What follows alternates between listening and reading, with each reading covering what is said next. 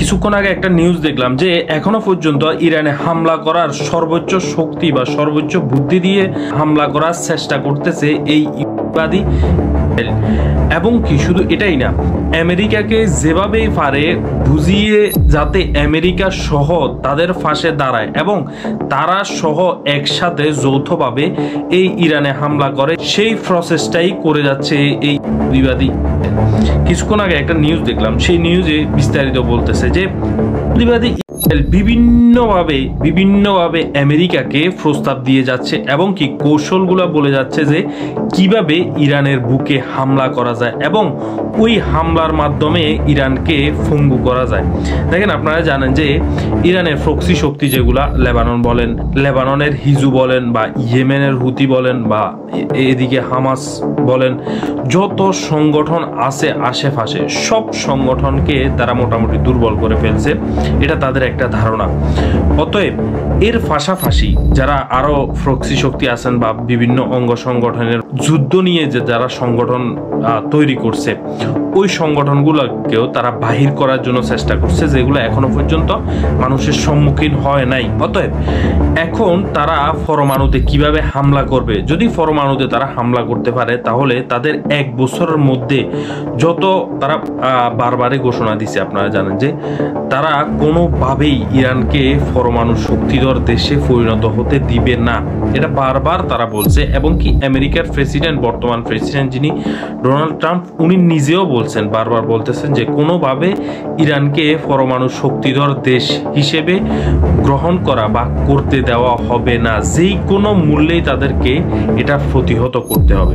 এর মাধ্যমেই ইসরায়েল একটা সুযোগ পাইছে যে কিভাবে তার ফাঁসের শক্তি বা তার ফাঁসের সব থেকে শত্রু দেশ ইরানকে কিভাবে ধ্বংস করা যায়, সেই প্রসেসটাই বারবার করে যাচ্ছে এই বর্তমানে।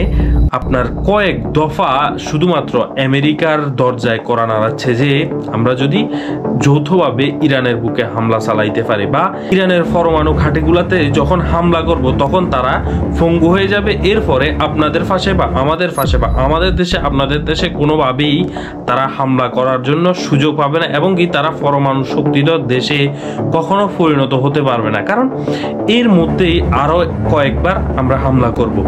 এবং কি এটার পরপরই ডোনাল্ড ট্রাম্প ডিরেক্ট নিষেধ করছে যে আর কোনো যুদ্ধ আমরা চাই না বা বিশ্ব আর কোনো যুদ্ধ দেখতে চায় না। এরপরে যদি এই ইরানের পরমাণু ইয়েতে যদি হামলা করা হয়, এর পরপরই তার প্রক্সি শক্তি যেগুলো আছেন আপনারা জানেন, ওই শক্তি সবগুলা মিলে যখন দেওয়ালে ফিট থেকে যাবে তখন তারা সবাই মিলে আক্রমণ করতে বাধ্য হবে।